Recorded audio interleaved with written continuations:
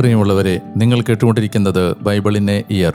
ഒരു വർഷം കൊണ്ട് വിശുദ്ധ ബൈബിൾ വായിച്ച് മനസ്സിലാക്കാൻ സഹായിക്കുന്ന ഈ ദൈവവചന വായന പദ്ധതി നിങ്ങളിലേക്ക് എത്തിക്കുന്നത് അസെൻഷൻ. ഞാൻ ഡാനിയലച്ചൻ. ഈ വചന വായനയിലൂടെ ദൈവസ്വരം കേൾക്കാനും ദൈവത്തിൻ്റെ കണ്ണുകളിലൂടെ നമ്മുടെ ജീവിതത്തെ നോക്കിക്കാണാനും മനോഹരമായൊരു യാത്ര ബൈബിളിലൂടെ നടത്താൻ നിങ്ങളെ ഞാൻ ക്ഷണിക്കുകയാണ്.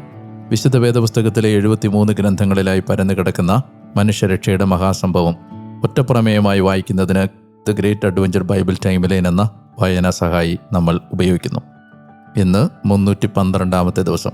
പ്രിയമുള്ളവരെ, ഇന്ന് വായിക്കുന്നതോടുകൂടി പഴയ നിയമ വായന നമ്മൾ പൂർത്തിയാക്കുകയാണ്. തീർച്ചയായും സുഭാഷിതങ്ങളിൽ നിന്ന് നമ്മൾ 2-3 വാക്യങ്ങൾ വീതം എല്ലാ ദിവസവും വായിക്കും. എന്നാൽ പഴയ നിയമത്തിലെ മറ്റെല്ലാ ഗ്രന്ഥങ്ങളും ഇന്നത്തെ മക്കബായരുടെ പുസ്തകത്തിൻ്റെ അവസാന അധ്യായം, ജ്ഞാനത്തിൻ്റെ പുസ്തകത്തിൻ്റെ അവസാന അധ്യായം ഈ വായനകളോടുകൂടി സമാപിക്കുകയാണ്.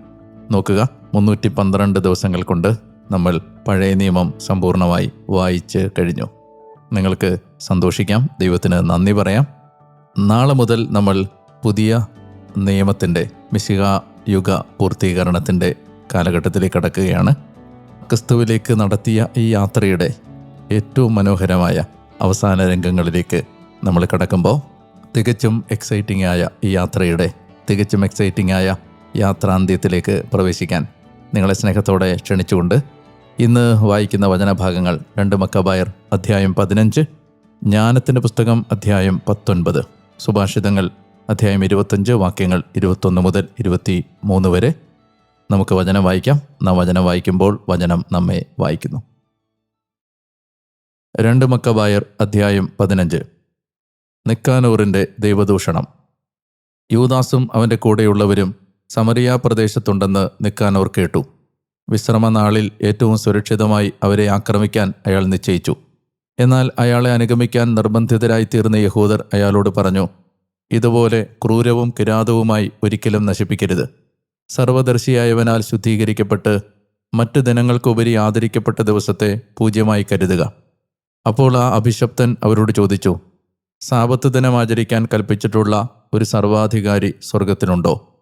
അവർ പ്രഖ്യാപിച്ചു, സ്വർഗത്തിലുള്ള സർവാധികാരിയായി ജീവിക്കുന്ന കർത്താവ് തന്നെയാണ് 7-ാം ദിവസം ആചരിക്കണമെന്ന് കൽപ്പിച്ചിട്ടുള്ളത്. അയാൾ പ്രതിവചിച്ചു, ഞാനും ഭൂമിയിൽ ഒരു സർവാധികാരിയാണ്. ആയുധമേന്തി രാജകാര്യങ്ങൾ അനുവർത്തിക്കാൻ ഞാൻ നിങ്ങളോട് ആജ്ഞാപിക്കുന്നു. എങ്കിലും തൻ്റെ നീച താൽപ്പര്യങ്ങൾ നിവർത്തിക്കാൻ അയാൾക്ക് കഴിഞ്ഞില്ല. എന്നാലും യൂദാസിനെയും കൂടെയുള്ളവരെയും കീഴടക്കിയതിൻ്റെ ഒരു പരസ്യ സ്മാരകം സ്ഥാപിക്കാൻ നിക്കാനോർ തൻ്റെ എല്ലാവിധ ഗർവോടും ധിക്കാരഭാവത്തോടും കൂടെ നിശ്ചയിച്ചു. യൂദാസ് ധൈര്യം പകരുന്നു. മക്കബെയൂസ് കർത്താവിൻ്റെ പക്കൽ നിന്ന് എല്ലാവിധ സഹായവും ലഭിക്കുമെന്ന പ്രത്യാശയിൽ നിരന്തരം ഉറച്ചുനിന്നു. ജനതകരുടെ ആക്രമണം പേടിക്കരുതെന്നും സ്വർഗത്തിൽ നിന്ന് തങ്ങൾക്ക് മുമ്പ് ലഭിച്ചിട്ടുള്ള സഹായം അനുസ്മരിച്ച് ഇപ്പോൾ സർവശക്തനിൽ നിന്ന് വരാനിരിക്കുന്ന വിജയം പ്രതീക്ഷിക്കണമെന്നും തൻ്റെ കൂടെയുള്ളവരെ അവൻ ഉദ്ബോധിപ്പിച്ചുകൊണ്ടിരുന്നു. നിയമത്തിൽ നിന്നും പ്രവാചകന്മാരിൽ നിന്നും അവർക്ക് ധൈര്യം പകർന്നുകൊണ്ടും തങ്ങൾ വിജയം വരിച്ച യുദ്ധങ്ങൾ ഓർമ്മിപ്പിച്ചുകൊണ്ടും അവൻ അവരെ കൂടുതൽ സന്നദ്ധരായിരിക്കാൻ പ്രചോദിപ്പിച്ചു. അവരിൽ വീര്യമുണർത്തുകയും ജനതകരുടെ അവിശ്വസ്തതയും വാഗ്ദാന ലംഘനവും ചൂണ്ടിക്കാട്ടുകയും ചെയ്തതിനോടൊപ്പം അവൻ അവർക്ക് ആജ്ഞകളുമേകി. പരിചകളുടെയും കുന്തങ്ങളുടെയും സുരക്ഷിതത്വത്തിനുപരി ഉചിതമായ വാക്കുകൾ കൊണ്ടുള്ള പ്രചോദനത്താൽ അവൻ അവരിൽ ഓരോരുത്തരെയും പൂർണ്ണമായും ആയുധമണിയിച്ചു. വിശ്വാസ്യമായ ഒരു സ്വപ്നം അഥവാ ഒരുതരം ദർശനം വിവരിച്ച് അവൻ അവർക്കെല്ലാം ഉന്മേഷം പകർന്നു. അവൻ്റെ ദർശനം ഇതായിരുന്നു: കുലീനനും ഗുണവാനും വിനീതനും ഇടപെടലിൽ സൗമ്യശീലനും ഉചിതഭാഷിയും ബാല്യം മുതലേ ഉത്കൃഷ്ടമായ എല്ലാ കാര്യങ്ങളിലും പരിശീലിപ്പിക്കപ്പെട്ടവനും പ്രധാന പുരോഹിത പദവി അലങ്കരിച്ചവനുമായ ഓനിയാസ് എന്നയാൾ കൈകൾ വിരിച്ചു പിടിച്ച് യഹൂദ ജനതയ്ക്കെല്ലാം വേണ്ടി പ്രാർത്ഥിക്കുകയായിരുന്നു. അതേസമയം ശ്രദ്ധേയമാം വിധം വ്യത്യസ്തനായ മറ്റൊരാൾ പ്രത്യക്ഷപ്പെട്ടു. നരചൂടിയവനും അന്തസ്സുറ്റവനും പ്രൗഢി നിറഞ്ഞവനും ആധികാരികതയുള്ളവനുമായിരുന്നു അയാൾ. അപ്പോൾ ഓനിയാസ് ഇപ്രകാരം പറഞ്ഞു: സഹോദരരെ സ്നേഹിക്കുകയും ജനത്തിനും വിശുദ്ധ നഗരത്തിനും വേണ്ടി ഏറെ പ്രാർത്ഥിക്കുകയും ചെയ്യുന്നയാളാണ് ഇവൻ, ദൈവത്തിൻ്റെ പ്രവാചകനായ ജെറമിയ. ജെറമിയ വലത്തുകരം നീട്ടി യൂദാസിന് ഒരു സുവർണ ഖഡ്ഗം നൽകി. അത് നൽകിക്കൊണ്ട് അവൻ ഇങ്ങനെ പറഞ്ഞു: ഈ വിശുദ്ധ ഖഡ്ഗം ദൈവത്തിൽ നിന്നുള്ള സമ്മാനമായി സ്വീകരിക്കൂ. ഇതുകൊണ്ട് നീ എതിരാളികളെ തകർക്കും. നിക്കാനോറിൻ്റെ പതനം. വീര്യമുണർത്തുന്നതും യുവമനസ്സുകളിൽ പൗരുഷം ജനിപ്പിക്കുന്നതുമായ യൂദാസിൻ്റെ ശ്രേഷ്ഠതാപൂർണവും ശക്തവുമായ വാക്കുകളാൽ പ്രചോദിതരായി ആക്രമിക്കുന്നതിൽ ഉപേക്ഷ വിചാരിക്കാതെ ധീരതയോടെ മുന്നേറാനും പൗരുഷപൂർണതമായ പോരാട്ടത്തിലൂടെ കാര്യങ്ങളിൽ തീർപ്പുണ്ടാക്കാനും അവർ ഉറച്ചു. എന്തെന്നാൽ നഗരവും വിശുദ്ധ സ്ഥലവും ദേവാലയവും അപകടസ്ഥിതിയിലായിരുന്നു. ആകയാൽ തങ്ങളുടെ ഭാര്യമാർ, കുട്ടികൾ, സഹോദരർ, ബന്ധുജനങ്ങൾ എന്നിവരെക്കുറിച്ചുള്ള ഉത്കണ്ഠ അവരെ സംബന്ധിച്ച് താരതമ്യേന ചെറുതായിരുന്നു. അവരുടെ പ്രഥമവും പ്രധാനവുമായ ഉത്കണ്ഠ പ്രതിഷ്ഠിക്കപ്പെട്ട ദേവാലയത്തെക്കുറിച്ചായിരുന്നു. നഗരത്തിൽ തന്നെ അവശേഷിച്ചിരുന്നവർക്കും ആകുലത ഒട്ടും കുറവായിരുന്നില്ല. തുറസായ സ്ഥലത്തുണ്ടാകാനിരുന്ന ആക്രമണത്തെക്കുറിച്ച് അവർ അസ്വസ്ഥരായിരുന്നു. എല്ലാവരും വരാനിരിക്കുന്ന പ്രശ്നം കാത്തിരിക്കവേ ശത്രുസൈന്യം സമീപത്തെത്തി യുദ്ധത്തിനായി അണിനിരന്നു കഴിഞ്ഞിരുന്നു. അനുയുക്തമായ ഭാഗങ്ങളിൽ ആനകളെയും പാർശ്വങ്ങളിൽ കുതിരപ്പടയെയും അവർ നിർത്തി. ആ വലിയ സേനയുടെ സാന്നിധ്യവും സജ്ജമാക്കിയിരുന്ന വിവിധ തരത്തിലുള്ള ആയുധങ്ങളും ആനകളുടെ ഭീകരതയും ദർശിച്ച മക്കബേയൂസ് സ്വർഗത്തിലേക്ക് കൈകളുയർത്തി അത്ഭുതങ്ങൾ പ്രവർത്തിക്കുന്ന കർത്താവിനെ വിളിച്ചപേക്ഷിച്ചു. എന്തെന്നാൽ കർത്താവ് ആയുധങ്ങളാലല്ല, സ്വന്തം നിശ്ചയപ്രകാരമാണ് അർഹിക്കുന്നവർക്ക് വിജയം നേടിക്കൊടുക്കുന്നതെന്ന് അവൻ അറിഞ്ഞിരുന്നു. വിളിച്ചപേക്ഷിച്ചുകൊണ്ട് അവൻ ഇപ്രകാരം പറഞ്ഞു: കർത്താവെ, അങ്ങ് യൂദാ രാജാവായിരുന്ന ഹെസക്കിയായുടെ കാലത്ത് അങ്ങയുടെ ദൂതനെ അയക്കുകയും സെന്നാകരീബിൻ്റെ പാളയത്തിൽ അവൻ 1,85,000 പേരെ സംഹരിക്കുകയും ചെയ്തുവല്ലോ. സ്വർഗാധിനാഥ, ഇപ്പോൾ ഞങ്ങൾക്ക് മുന്നോടിയായി ഒരു ഉത്തമ ദൂതനെ ഭയവും സംഭ്രാന്തിയും പരത്താൻ അയക്കണമേ. അങ്ങയുടെ വിശുദ്ധജനത്തിനെതിരായി വരുന്ന ഈ ദൈവദൂഷകർ അങ്ങയുടെ ഭുജബലത്താൽ തകർക്കപ്പെടാൻ ഇടയാകട്ടെ. അങ്ങനെ ഈ വാക്കുകളോടെ അവൻ പ്രാർത്ഥന അവസാനിപ്പിച്ചു. നിക്കാനോറും കൂടെയുള്ളവരും കാഹളങ്ങളോടും യുദ്ധഗീതങ്ങളോടും കൂടെ മുന്നേറി. എന്നാൽ യൂദാസും കൂടെയുള്ളവരും ദൈവത്തോട് യാചനയും പ്രാർത്ഥനകളുമായി എതിരാളികളെ നേരിട്ടു. കൈകൾ കൊണ്ട് യുദ്ധം ചെയ്യുകയും ഹൃദയം കൊണ്ട് ദൈവത്തോട് പ്രാർത്ഥിക്കുകയും ചെയ്തുകൊണ്ട് 35,000-ൽ പരം ആളുകളെ അവർ ഉന്മൂലനം ചെയ്തു. ദൈവത്തിൻ്റെ ഈ പ്രത്യക്ഷീകരണം അവരെ ഏറെ ആഹ്ലാദഭരിതരാക്കി. ദൗത്യം നിവർത്തിച്ച് ആനന്ദത്തോടെ അവർ മടങ്ങിപ്പോകുമ്പോൾ നിക്കാനോർ പടച്ചട്ടയോടുകൂടെ നിലംപതിച്ചിരിക്കുന്നതായി കണ്ടു. ഉടനെ വിജയഭേരിയും ആരവവും ഉയർന്നു. സർവശക്തനെ പിതാക്കന്മാരുടെ ഭാഷയിൽ അവർ വാഴ്ത്തി സ്തുതിച്ചു. അപ്പോൾ ശരീരവും ആത്മാവും പൂർണ്ണമായും സഹപൗരന്മാർക്ക് സ്വയം സമർപ്പിച്ച നായകൻ, സ്വജനത്തോട് ചെറുപ്പം മുതലേ താൽപ്പര്യം പുലർത്തിയിരുന്നവൻ, നിക്കാനോറിൻ്റെ ശിരസും തോളോടുകൂടെ കൈയും ഛേദിച്ച് ജെറുസലേമിലേക്ക് കൊണ്ടുപോകാൻ ആജ്ഞാപിച്ചു. അവൻ അവിടെ എത്തി സ്വജനത്തെ വിളിച്ചുകൂട്ടുകയും പുരോഹിതന്മാരെ ബലിപീഠത്തിൻ്റെ മുമ്പിൽ നിർത്തുകയും ചെയ്ത് കോട്ടയിലുള്ളവരെ വിളിക്കാൻ ആളയച്ചു. അധമനായ നിക്കാനോറിൻ്റെ തലയും സർവശക്തൻ്റെ വിശുദ്ധ ഭവനത്തിനെതിരെ ഗർവോടെ സംസാരിച്ചുകൊണ്ട് ആ ദൈവദൂഷകൻ നീട്ടിയ കരവും അവൻ അവരെ കാണിച്ചു.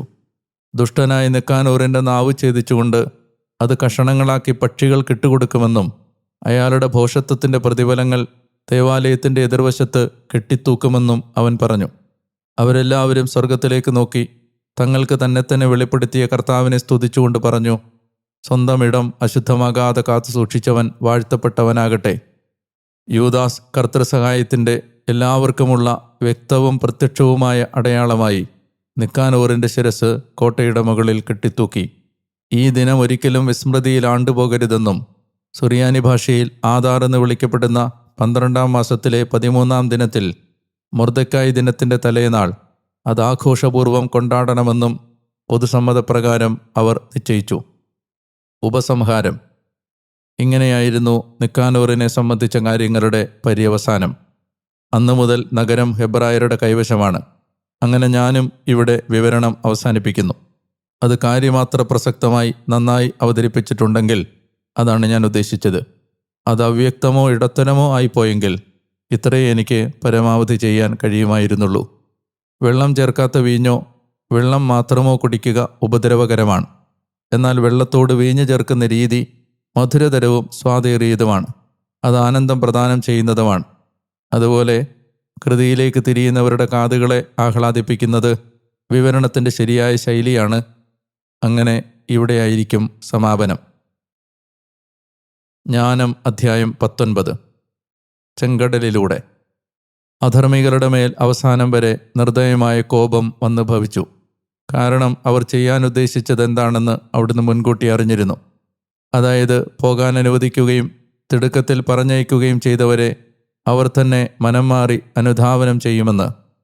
യഥാർത്ഥത്തിൽ അവർ ദുഃഖമാചരിക്കുകയും മൃതരുടെ കുഴിമാടങ്ങളിൽ വിലപിക്കുകയും ചെയ്തിരുന്നപ്പോൾ തന്നെ ബുദ്ധിശൂന്യമായ മറ്റൊരു ചിന്ത അവരിലേക്ക് കടന്നുവന്നു. തങ്ങൾ യാചിച്ച് പുറത്താക്കിയവരെ, ഒളിച്ചോടുന്നവരെ എന്ന പോലെ അവർക്ക് പിന്തുടരേണ്ടി വന്നു. തങ്ങൾക്ക് അർഹമായ ഭാഗധേയം തന്നെയാണ് ഇപ്രകാരം ഒരു അന്ത്യത്തിലേക്ക് അവരെ നയിച്ചതും സംഭവിച്ച കാര്യങ്ങൾ വിസ്മരിക്കാൻ അവർക്കിടവരുത്തിയതും.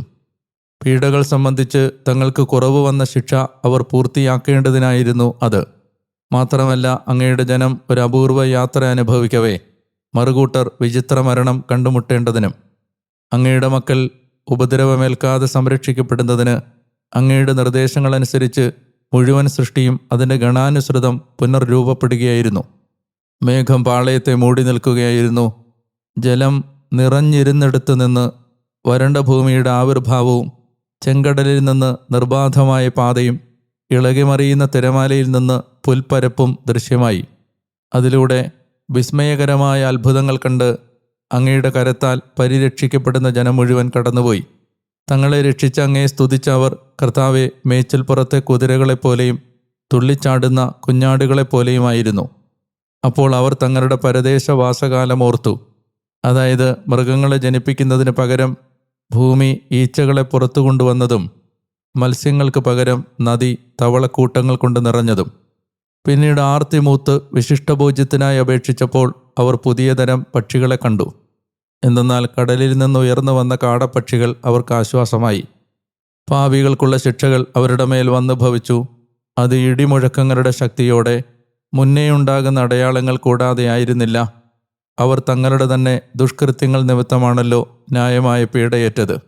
കാരണം കഠിനതരമായ വെറുപ്പാണ് അന്യജനതയോട് അവർ കാട്ടിയത്. ഒരു കൂട്ടർ തങ്ങളുടെ അടുക്കലേക്ക് വന്ന അപരിചിതരെ സ്വീകരിക്കാൻ തയ്യാറാകാതിരുന്നപ്പോൾ മറുകൂട്ടരാകട്ടെ ഉപകാരികളായിരുന്ന വിദേശികളെ അടിമകളാക്കി മാറ്റി. അതുമാത്രമല്ല, അപരിചിതരെ ശത്രുതാ മനോഭാവത്തോടെ സ്വീകരിച്ചവരുടെ ശിക്ഷ ഏതുതരമായിരിക്കും?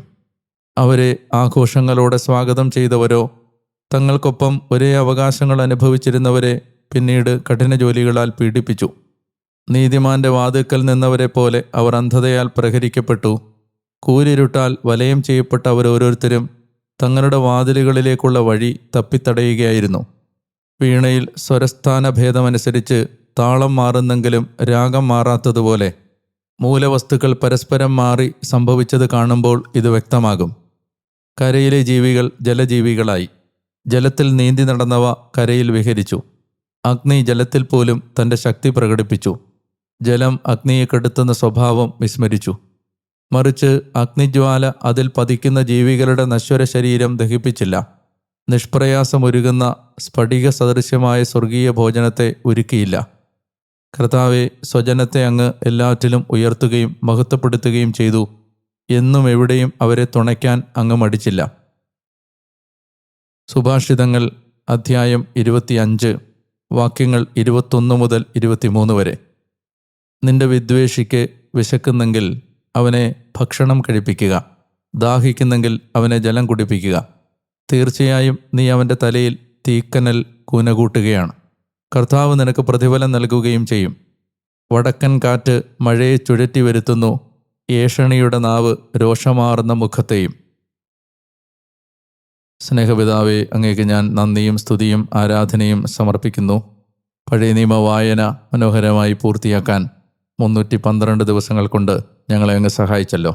കർത്താവ്, അങ്ങയുടെ കരുണയിലാണ് അത് സംഭവിച്ചതെന്ന് ഞങ്ങൾ നന്നായി അറിയുന്നു. ഞങ്ങളുടെ കഴിവല്ല, അങ്ങയുടെ കൃപയാണെന്ന് എളിമയോടെ അംഗീകരിക്കുന്നു, ഏറ്റുപറയുന്നു. അങ്ങേക്ക് നന്ദിയും സ്തുതിയും ആരാധനയും സമർപ്പിക്കുന്നു. പഴയ നിയമത്തിലെ ഗ്രന്ഥങ്ങളിലൂടെ ഞങ്ങൾ യാത്ര ചെയ്തപ്പോൾ അതിലെ ഓരോ കഥാപാത്രവും അങ്ങാൽ നയിക്കപ്പെട്ടത്, തിരഞ്ഞെടുക്കപ്പെട്ടത്, അങ്ങയുടെ വഴികളിലൂടെ അവർ നടന്നത്, അവർ വീണുപോയത്, അവർ വിജയിച്ചത്, പരാജയപ്പെട്ടത് എല്ലാം ഞങ്ങൾക്ക് മാതൃകയാണ്, പാഠമാണ്, ഞങ്ങളുടെ തന്നെ ജീവിതമാണ് അവരുടെ ജീവിതങ്ങളിൽ ഞങ്ങൾ കണ്ടെത്തിയത്. ക്രിസ്തുവിലേക്കുള്ള ഞങ്ങളുടെ ഏറ്റവും അടുത്ത യാത്ര ആരംഭിക്കുമ്പോൾ മിശിഹായെ പൂർണ്ണമായി ഗ്രഹിക്കാൻ ഞങ്ങളെ സഹായിക്കണമേ എന്നും ഞാൻ അങ്ങയോട് പ്രാർത്ഥിക്കുന്നു. ആമേൻ. പ്രിയമുള്ളവരെ, 312 ദിവസം. 312 ദിവസങ്ങൾ കൊണ്ട് പഴയ നിയമം വായിച്ച് പൂർത്തിയാക്കാൻ ദൈവം സഹായിച്ചു. ദൈവത്തിന് നന്ദി പറയാം. നമ്മൾ മക്കബായരുടെ പുസ്തകത്തിൽ യൂദാസ് തൻ്റെ കൂടെയുള്ളവരെ പ്രോത്സാഹിപ്പിക്കുകയും അവരെ വീരോചിതമായ മാതൃകകൾ ചൂണ്ടിക്കാണിച്ച് ദൈവ രാജ്യത്തിനു വേണ്ടി അധ്വാനിക്കാൻ പ്രേരിപ്പിക്കുകയും ചെയ്യുന്നത് കാണുകയുണ്ടായി. ഒരു ദർശനം അദ്ദേഹം വിവരിച്ചു. പ്രവാചകനായ ജെറമിയ ഒരു സുവർണ ഖഡ്ഗം, ഒരു സുവർണ വാൾ ഓനിയാസ് എന്ന പ്രധാന പുരോഹിതനും അതുപോലെ തന്നെ യൂദാസിനും മുമ്പിൽ പ്രത്യക്ഷപ്പെട്ടുകൊണ്ട് ഈ വാൾ നീട്ടിക്കൊടുക്കുന്ന ദർശനം വിവരിക്കുമ്പോൾ വിശുദ്ധരുടെ കൂട്ടായ്മ ഈ ഭൂമിയിലെ അധ്വാനത്തിന് നമുക്ക് സഹായകരമാണ് എന്ന പുതിയ നിയമചിന്തയാണ് അതിലൂടെ വെളിപ്പെടുന്നത്. എബ്രായ ലേഖനം 12-ാം അധ്യായം 1-ാം തിരുവചനം, നമുക്ക് ചുറ്റും സാക്ഷികളുടെ വലിയ സമൂഹമുള്ളതിനാൽ നമ്മെ വിഷമിപ്പിക്കുന്ന ഭാരവും പാപവും നമുക്ക് നീക്കിക്കളയാം. നമുക്കായി നിശ്ചയിച്ചിരിക്കുന്ന ഈ ഓട്ടപ്പന്തയം സ്ഥിരോത്സാഹത്തോടെ നമുക്ക് ഓടിത്തീർക്കാം. നമ്മളെ സഹായിക്കാൻ വിശുദ്ധരുടെ കൂട്ടായ്മയുണ്ട്, മാലാഖമാരുടെ സഹായമുണ്ട് എന്നത് എപ്പോഴും നമ്മൾ ഓർത്തിരിക്കണം. മറ്റൊരു കാര്യം ആ ഗ്രന്ഥം നമുക്ക് പറഞ്ഞു തരുന്നത്, ഈ മക്കബായ വിപ്ലവത്തിൻ്റെ കാലത്ത് അവരെല്ലാവരും വീരോചിതമായി ഈ രാജ്യത്തിനു വേണ്ടി, ദേശത്തിനു വേണ്ടി യുദ്ധം ചെയ്തത് അവർക്ക് അവരുടെ ഭാര്യമാരോടോ മക്കളോടോ സഹോദരി സഹോദരന്മാരോടോ മാതാപിതാക്കളോടോ വീടിനോടോ മണ്ണിനോടോ ഒക്കെയുള്ള സ്നേഹത്തെക്കാളുപരി വിശുദ്ധ ദേവാലയത്തെ പ്രതിയായിരുന്നു. എത്ര മനോഹരമായ ഒരു ചിന്തയാണത്. ഇന്നത്തെ പുതിയ നിയമത്തിൻ്റെ ഭാഷയിൽ പറഞ്ഞാൽ മറ്റെന്തിനേക്കാളും അധികം ക്രിസ്തുവിനെ പ്രതിയായിരുന്നു അവർ തങ്ങളുടെ ജീവിതത്തിലെ പ്രവൃത്തികളെയെല്ലാം ക്രമീകരിച്ചത്. ഈശോ പുതിയ നിയമത്തിൽ ഇങ്ങനെ പറഞ്ഞു, എന്നെ പ്രതി മാതാവിനെയോ പിതാവിനെയോ ഭാര്യയെയോ മക്കളെയോ സഹോദരനെയോ സഹോദരിയെയോ ഉപേക്ഷിക്കുന്നവർക്ക് ഒരുപാട് പ്രതിഫലം ലഭിക്കാനുണ്ട്. ഏറ്റവും ഉപരിയായി പ്രതിഷ്ഠിക്കപ്പെടേണ്ടത് ദൈവമാണ്. നമ്മെ സംബന്ധിച്ച് ദേവാലയം എന്നതിനെ കുറെ കൂടി കൃത്യമായി പറഞ്ഞാൽ ആരാധനയാണ്, ദിവ്യകാരുണ്യമാണ്, വിശുദ്ധ കുർബാനയാണ്, ആത്മീയ ജീവിതമാണ്, വിശുദ്ധ ജീവിതമാണ്, ദൈവസ്നേഹമാണ്. ഏറ്റവും പ്രധാനമായി മാറേണ്ടത് ദൈവമാണ്, ദൈവത്തെ സംബന്ധിക്കുന്ന കാര്യങ്ങളാണ്. അങ്ങനെ ആ തീക്ഷ്ണതയിൽ ജീവിക്കാൻ ഒരു പ്രേരണ നൽകിക്കൊണ്ടാണ് പഴയ നിയമത്തിൻ്റെ ഈ വായന അവസാനിക്കുന്നത്. നമുക്ക് ദൈവത്തിന് നന്ദി പറയാം. ഒത്തിരി വീരോചിതമായ ജീവിത സാക്ഷ്യങ്ങൾ നമ്മൾ കാണുകയുണ്ടായി. ഇനി അതിൻ്റെ എല്ലാം പൂർത്തീകരണമായി എബ്രായ ലേഖനം പറയുന്നത് പോലെ നമ്മുടെ വിശ്വാസത്തിൻ്റെ നാഥനും അതിനെ പൂർണ്ണതയിലെത്തിക്കുന്നവനുമായ യേശുവിനെ മുന്നിൽ കണ്ടുകൊണ്ട് നമ്മൾ ഓടാൻ പോവുകയാണ്. മക്കബായരുടെ പുസ്തകം കൊണ്ട് ഈ പഴയ നിയമത്തിൻ്റെ ചരിത്രം അവസാനിക്കുന്നില്ല. മക്കബായ വിപ്ലവത്തിൻ്റെ കാലത്തിനും യേശുക്രിസ്തുവിൻ്റെ കാലത്തിനുമിടയിൽ ഒരു ഇടവേളയുണ്ട്. അവിടെ ചരിത്രപരമായ കുറേ കാര്യങ്ങൾ നമ്മൾ മനസ്സിലാക്കാനുണ്ട്. നമ്മൾ പുതിയ നിയമത്തിലേക്ക് പ്രവേശിക്കുന്നതിന് മുമ്പ് എപ്പോഴും ചെയ്തു വന്നിരുന്നത് പോലെ ടൈം പീരീഡിൻ്റെ ഇൻട്രൊഡക്ഷൻ ഒരു ചർച്ചയുണ്ട്. അത് നിങ്ങൾ മിസ് ചെയ്യരുത്. പുതിയ നിയമത്തിലേക്ക് മക്കബായ ഗ്രന്ഥത്തിൽ നിന്ന് പുതിയ നിയമത്തിലേക്ക് കയറുന്നതിനിടയിലുള്ള കൃത്യമായ ചില ചരിത്രത്തിലെ പ്രധാനപ്പെട്ട ചില ഇതിവൃത്തങ്ങളും സംഭവങ്ങളും ചില പ്രധാനപ്പെട്ട ആശയങ്ങളും ചില കൂട്ടായ്മകളെ, വ്യക്തികളെ, സമൂഹങ്ങളെക്കുറിച്ചുള്ള ധാരണകളുമൊക്കെ നമുക്ക് കിട്ടിയാൽ പുതിയ നിയമവായന കുറേ കൂടി എളുപ്പമാകും. ആ ചർച്ചയിൽ അതെല്ലാം ഉൾപ്പെടുത്താൻ ഞങ്ങൾ പരിശ്രമിക്കുന്നുണ്ട്. അതുകൊണ്ട് ടൈം പീരീഡിൻ്റെ ഇൻട്രൊഡക്ഷൻ നിങ്ങൾ മിസ് ചെയ്താൽ അത് വചനവായനയ്ക്ക് വലിയ ഒരു നഷ്ടമായിട്ട് മാറും എന്ന് ഒരിക്കൽ കൂടി ഞാൻ ഓർമ്മിപ്പിക്കുന്നു. വചനവായനയിൽ പ്രത്യേകിച്ച് ലൂക്കായുടെ സുവിശേഷത്തിലേക്ക് കടക്കാൻ ഒരുങ്ങുന്നതിന് മുമ്പ് ആ ചർച്ച തീർച്ചയായും നിങ്ങൾ ശ്രദ്ധിക്കണം എന്ന് ഓർമ്മിപ്പിക്കുകയും ചെയ്യുന്നു. നാളെ വീണ്ടും ഈ വചനസ്വരൂപമായി നിങ്ങളുടെ അടുത്തേക്ക് എത്തും വരെ നിങ്ങളറിയണം, ഞാൻ ഡാനിയലിച്ചൻ, ഞാൻ നിങ്ങൾക്ക് വേണ്ടി പ്രാർത്ഥിച്ചുകൊണ്ടേയിരിക്കുന്നു. നമുക്ക് വളരെ പ്രതീക്ഷാനിർഭരമായ ഒരു മിശിഹായുഗ പൂർത്തീകരണത്തിൻ്റെ മനോഹര വായനയിലേക്ക് കടക്കാൻ നിങ്ങളെ ഏറ്റവും സ്നേഹത്തോടെ ഒരിക്കൽ കൂടി സ്വാഗതം ചെയ്തുകൊണ്ട് സർവശക്തനായ ദൈവം നിങ്ങളെ അനുഗ്രഹിക്കട്ടെ. പിതാവിൻ്റെയും പുത്രൻ്റെയും പരിശുദ്ധാത്മാവിൻ്റെയും നാമത്തിൽ ആമേൻ.